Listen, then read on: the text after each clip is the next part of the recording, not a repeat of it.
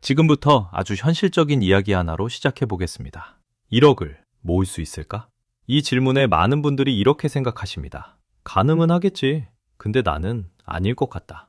왜냐하면 주변을 보면 열심히 일해도 통장 잔고가 크게 달라지지 않는 사람들이 훨씬 많기 때문입니다.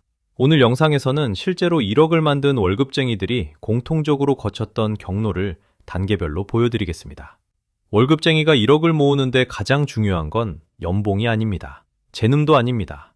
단계별로 행동이 달라질 줄 아는가? 이게 핵심입니다. 지금부터 1,000만 원, 5천만 원, 1억 원, 이 세 구간에서 각각 무엇을 해야 하는지 차근차근 설명드리겠습니다. 많은 분들이 이렇게 말합니다. 언젠가는 1억을 모으고 싶다. 하지만 현실은 어떻습니까? 대부분은 1,000만 원 앞에서 멈춥니다. 여기서 꼭 짚고 가야 할 사실이 하나 있습니다. 1억을 만드는 사람과 평생 1억을 못 만드는 사람의 차이는 투자 실력이 아니라 1,000만 원을 얼마나 빨리 통과했는가입니다.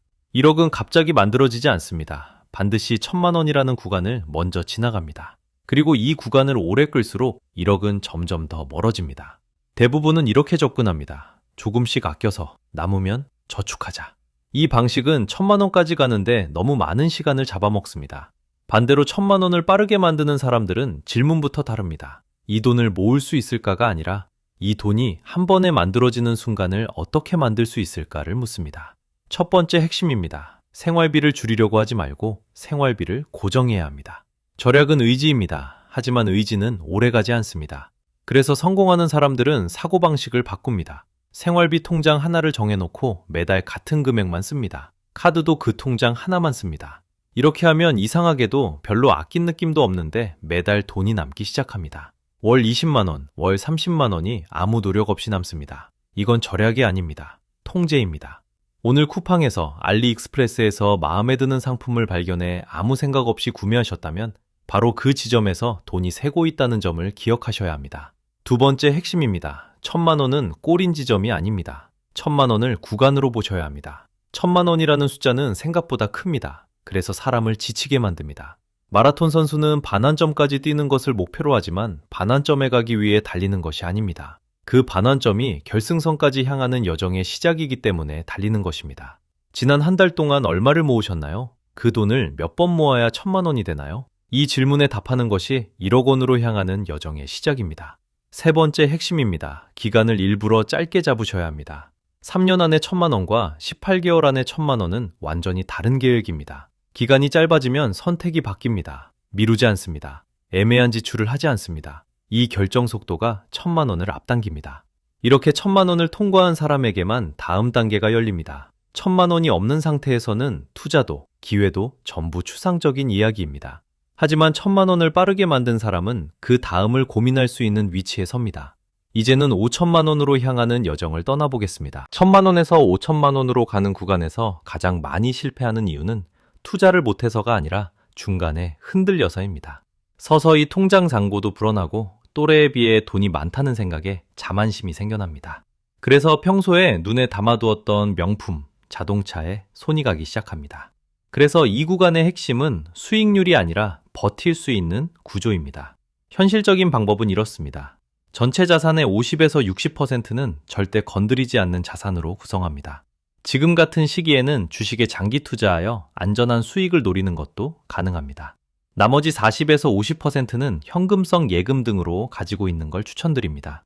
통장 잔고가 쌓여가는 걸 지켜보면서 감정적 위안을 얻는 것도 돈을 불려나가는 데 있어서 중요한 심리적 요소이기 때문입니다. 포트폴리오를 이렇게 구성하면 시장이 흔들릴 때도 결코 무너지지 않습니다. 많은 20대들이 한 번에 불려야 한다는 생각으로 전부를 위험자산에 넣었다가 한 번의 하락에 멘탈이 무너집니다. 그리고 투자 자체에 대한 관심을 접고 소비의 늪에 빠져 허우적댑니다. 5,000만 원을 만든 사람들은 수익을 크게 내기보다 계속 시장에 남아 있었습니다. 사람들은 월급 외 소득, 부업으로 돈을 벌었다는 이야기에 혹합니다. 쉬워 보이고 나도 할 수 있을 것 같아 보이기 때문입니다. 하지만 현실적으로 생각해 볼까요? 퇴근하고 나면 지쳐 뻗어버립니다. 다음날 출근하려면 밤늦게까지 부업에 매달려 있을 수도 없습니다. 며칠 바짝 부업에 흥미가 생겨 열심히 하다가도 즉각 돈이 벌리지 않는 것에 좌절해 원래 일상으로 돌아가게 됩니다. 그래서 5,000만 원까지 빠르게 간 사람들은 완전히 다른 선택을 합니다. 월급을 늘릴 수 있는 방향으로만 에너지를 씁니다. 예를 들어 연봉 테이블이 있는 회사로 이직하거나 지금 당장은 힘들어도 2년, 3년 뒤에 몸값이 오르는 선택을 합니다. 지금 당장은 돈이 늘지 않겠죠. 하지만 불과 몇 년만 지나면 같은 시간을 일해도 또래에 비해 월급 차이는 눈에 띄게 벌어집니다. 즉, 소득의 기울기를 바꾸셔야 합니다. 사람들은 갑자기 치솟는 소득의 극적인 변화만을 쫓아갑니다. 어제까지는 300만 원을 벌었지만 오늘은 3천만 원을 벌고 싶어 합니다. 그렇게 부자가 되는 사람이 있을까요? 한 달 만에 인생이 바뀌고 부자가 되는 인생은 없습니다. 5천만 원도 못 모으는 사람이 월에 몇 천만 원씩 벌고 싶어 하면 안 됩니다. 그리고 여기서 아주 중요한 점은 5천만 원을 제대로 모은 사람에게 1억은 목표가 아니라 결과라는 것입니다. 왜냐하면 5천만 원을 만들었다는 건 이미 3가지를 증명한 것이기 때문입니다. 첫째, 돈을 모으는 방법을 실천할 수 있다는 것. 둘째, 시간을 견딜 수 있다는 것. 셋째, 욕심 때문에 무너지지 않는다는 것.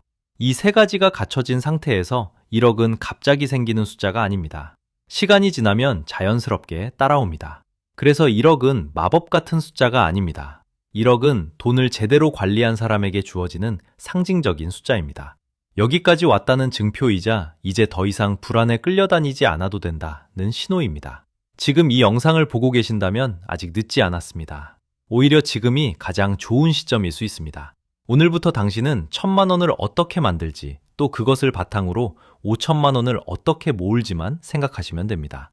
이 2가지만 제대로 해도 1억은 당신이 쫓아갈 숫자가 아니라 당신을 따라오는 숫자가 됩니다. 마지막으로 이 말을 꼭 드리고 싶습니다. 성공한 사람은 특별해서 성공한 게 아닙니다. 조금 더 일찍 시작했고 조금 더 오래 버텼을 뿐입니다.